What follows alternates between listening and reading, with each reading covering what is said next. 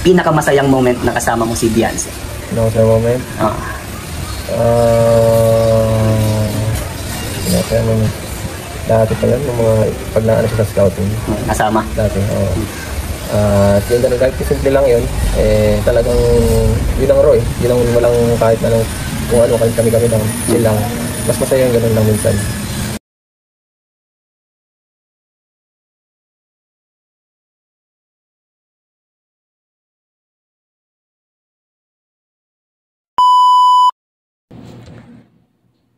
For this video, mga mag-reaction tayo sa video ni Vincent Calyada. Supportan natin si Vincent Calyada, guys, kasi sa kanya itong video. Kung sino pa ang hindi ko panood, ang full video panoorin nyo sa vlog ni Kalingap Vincent, no? Ito yung interview niya kay Papa Eds, no? Pero bago natin panoorin ang video, pasalamatan muna natin ang ama ng Kalingap, Balsa Das Matubang, at Edim Vlog, Kalingap Rab, Kalingap Edo, Jagtapi Matubang, charity vloggers sa buong mundo na tumutulong sa ating kababayang mahirap. Nandyan din po ang K-Boys Reactors at kasama naming reactors sa KSSG. Suportaran natin mga Kalingap at ang iyong lingkod, Jasmine05 channel. Kung hindi ka pa nakasubscribe, please subscribe and click the notification bell para updated ka sa aking mga video na ina-upload, mga Kalingap. At ito lang masasabi ko, mga Kalingap, panoorin ng video bago mag-komento para alam nyo talaga kung ano ang nilalaman nito. Tara na mga Kalingap, panoorin natin din ang video na ito, ang interview kay Habi. Panoorin natin mga Kalingap, samahan niyo ako. Tara, let's go. 1, 2, 3, go!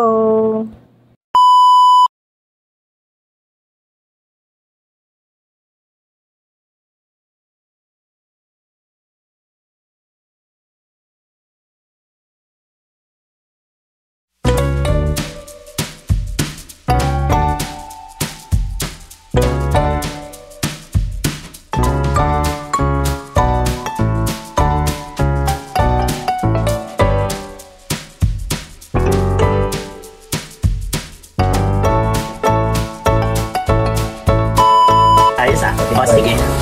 Dito na tayo dako kay Beyonce. Pinakamasayang moment na kasama mo si Beyonce? Sa moment? Pinakaya mo. Dati pa yan, mga pag naano siya sa scouting. Kasama? Dati, oo. At yung ganun, kahit simple lang yun, talagang yun ang Roy. Yun ang walang kahit anong, kung ano, kami lang, chill lang. Mas masaya yung ganun lang minsan. Kaya marami din naman sa ano, mas nagagawa mo kahit anong ano ba, bilong nga parang ganun. Pero at parang sige, kahit saan natin. At inyong kulitan, andyan lahat. Malabas yung tunay na ugali mo. Tapos napupuntahan kung saan yung gusto mo munta. Wow. So ito naman, bro. Saan mo may hambing ang EDC? Ano at bakit? Yan, EDC naman yung team nyo. Yung... Saan ba? Anong klaseng hambing ba? Yung kahit saan mo ihambing. Kung ikaw sa Diamond, sa bagay, kahit saan ba? Ibang Latin? Wala. Unique kasi ang HCI. Mahirap yan eh. Mahirap ihambing. Mahirap. Wala akong maisip. Iyan mo na lang sa bagay. Sa bagay.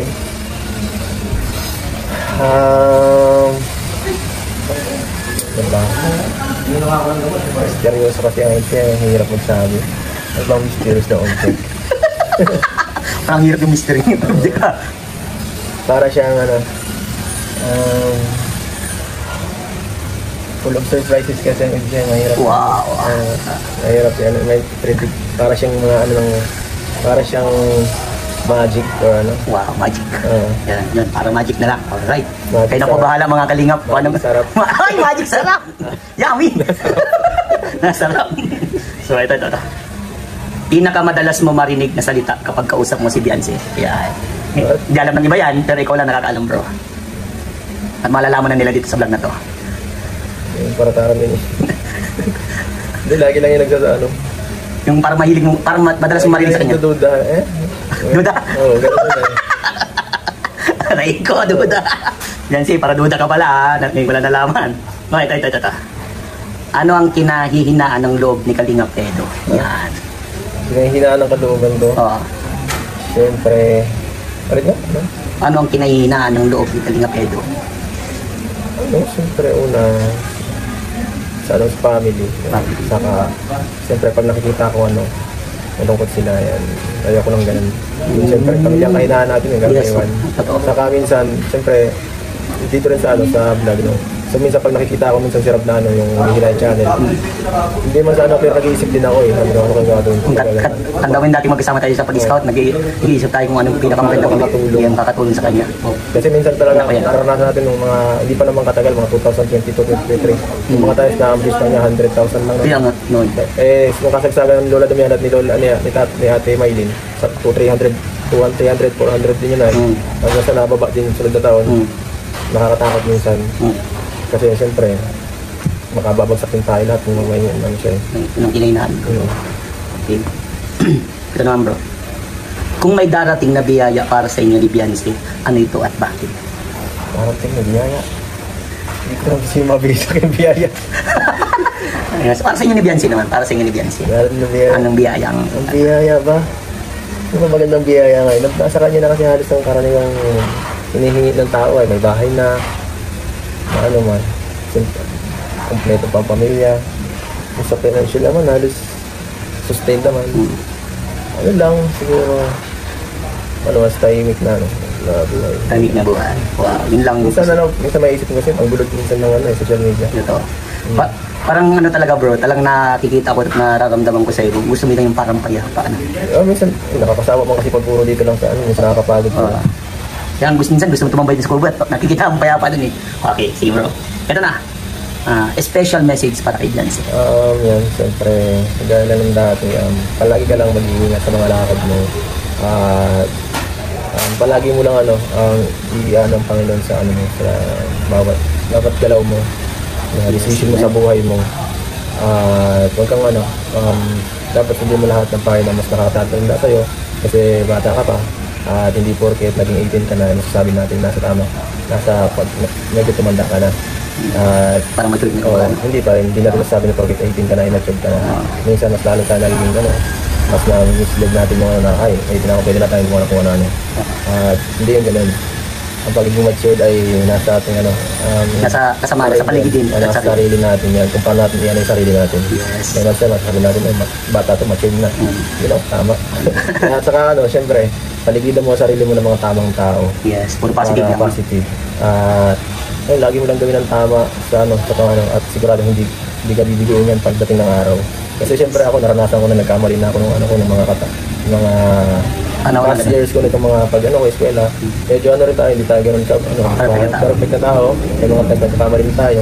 At maibigyan na natin sa mas nakababata minsan yung mga kamalian natin. Yes. Kaya may share natin. Yung sinishare natin sa iba para mas hindi na sila mamislead. Matuto na sila. Kaya dapat mas maging tayo. Mas maging marunong makinig sa mga tao nasa paligid natin. Kasi syempre, hindi naman yung magbibigay ng payo kung hindi ka nang mahalaga. Kasi kung wala silang pakialam mga sa paligid mo, hindi sila magsasalita ng kahit na proceed lang yan sa ginagawa nila. Hindi porket nagagalit o ibig sabihin galit sila sa'yo. Di ba sabi na iba, mas nakaka-trigger sa'yo yung taong mas mahal mo. Yun. So ito bro, ano masasabi mo sa EDSI bro? EDSI supporters na lang. At sponsored. Yan, siyempre, thank you so much po sa lahat ng sumusuporta sa tambalan ng EDSI. At hanggang ngayon po, grabe, matatag pa din. At yan, dire-diretso pa rin yung blessings nila Beyonce. Hanggang ngayon po, ay may bago ng tindahan. Grabe, salamat po dahil po sa inyo kung bakit naranasan niya ni Beyonce. Kumpara sa dati niyang estado ng buhay, napakalayo na po nang narating niya sa mga kasama. Halos kung kukumpara sa iba niyang kaswela, mas ahead na siya doon masyado. So yan, thank you so much po sa inyo. Wow, thank you bro. So, ayan mga kalingap, napanood nyo naman ang video, ang interview ni Vincent Calyada kay Kalingap Edo. No?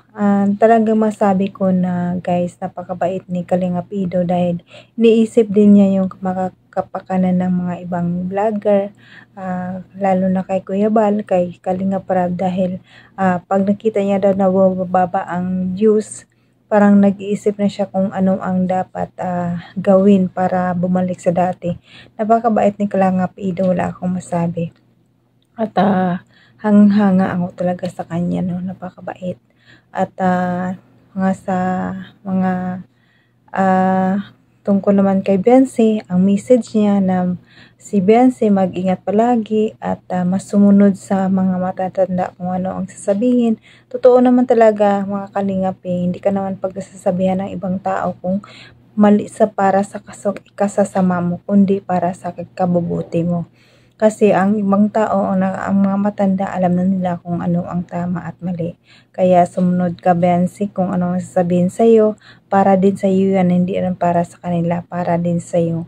Para makatapos ka talaga sa iyong pag-aaral. Kasi sa edad mo, 18 ka na, sabihin mo, ay alam ko na lahat. Hindi ganun. Kaya sabi ni Kalingap Edo, sabi ni Habi, makinig ka sa mga katatanda kung ano ang sasabihin sa iyo. Kaya porke 18 ka na, matanda ka na, magagawa mo na ang gusto mo. Hindi ganun dapat, no? Dapat makinig ka rin, no? Nandyan si Habi na lagi nakaalala sa iyo at laging nagbabantay sa iyo. At sa mga EDSA naman, grabe mga EDSA, di ba? Wala si Habi maisabi kung ano ang EDSA dahil ang EDSA nandyan na lahat Nandyan ang magic, sabi niya nga magic sarap. Nandyan yung mga memories na mga magaganda, nandyan lahat sa EDSA, wala ka nang masabi. At para kay Beyonce naman, maganda naman ang buhay ni Beyonce, may bahay na, may tindahan. Wala ka nang dapat ihiling pa kay Beyonce kasi nandyan na sa kanyang lahat. Ang gusto lang ni Kalingap Edo, tahimik at payapa na buhay sa kanila, 'di ba? Gusto niya tahimik, 'di ba? Kasi sa social media, 'di ba? Kahit wala ka namang ginagawa, pag initan ka talaga ng mga supporters, minsan sisirain ka pa, i-down ka pa, 'di ba? Ganun ang nangyari kay Papa Eds noon sa mga noon pa 'yon sa kabilang nung siya pa ay nandun sa kabilang love team dati, 'di ba? Pero nandiyan pa rin si Kalingap Edo, sabi niya nga, matigas. Parang diamond na hindi mabubuwag. Matigas pa rin, di ba?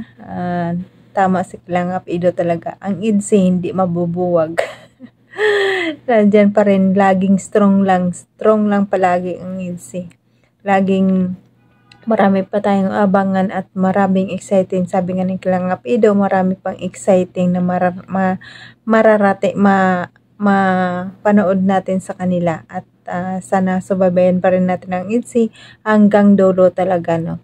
Kaya ingat tayong lahat mga kalingap at pasalamatan ko lahat ang mga solid sponsors, mga sponsor, big sponsor, mga viewers, silent viewers, mag-ingat kayo palagi kung saan man tayo naroon ngayon, mga OFW, kung saan tayo ngayon, mag-ingat tayo palagi. At sana mga kalingap, supportaran nyo pa rin ako sa next video ko.